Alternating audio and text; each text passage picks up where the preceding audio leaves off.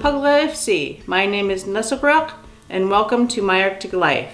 Today we're going to talk about Inupiaq nonverbal communication.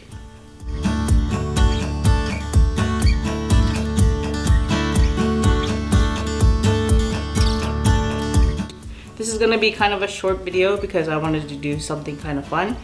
A lot of people don't talk about the differences in cultural nonverbal communications. And it causes a lot of issues sometimes when people get offended, or they don't know how they offended you, or they feel like nobody's listening, which is a big one too. In non-Inupiaq culture, eye contact is a way of being able to tell whether you trust somebody, or being able to tell whether they're paying attention to you when you're talking to them. You're making eye contact. You're listening. You're listening. I'm listening. I'm listening. But in the Inupiaq culture, our nonverbal communications are different, and a lot of people get confused by it. For instance, in our culture, we view prolonged eye contact as either you want to become intimate or you're becoming aggressive. So you can see how this becomes a little confusing when people not from our culture come up here. That's not to say that if somebody not from our culture stares at us too long, we are going to fight or, other stuff. But it does make the situation a little uncomfortable because we're not used to it. Some other interesting things about nonverbal communication in our culture is sometimes we don't use words at all, and instead we use facial expressions. For instance, hello.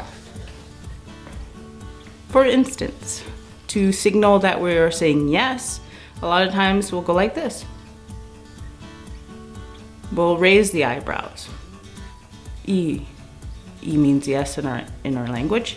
And sometimes when we mean no, or we want to say no, we'll go like this. That means no. There's a lot of other nonverbal communication that is cultural, that is very specific to the area. When I was growing up, we would do, if we were trying to be mean to somebody, and it sounds really mean, but I guess that's the point, to be mean. But anyways, to show that we didn't like somebody, we would do something called a Canuck. And I don't know if it's specific to where I grew up, but it looks like this. So you wanna make eye contact first, and then you go like this.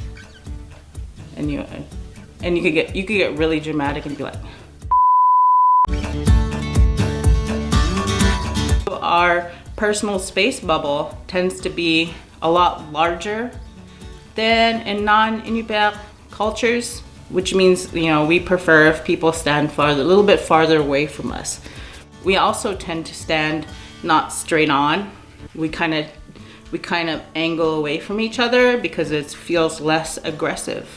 I personally think this part of our culture is really interesting, and I know I'm forgetting a lot of stuff.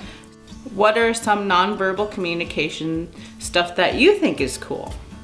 Go ahead and share with me and others down below. One of the things I wanted to do for these videos is to add books.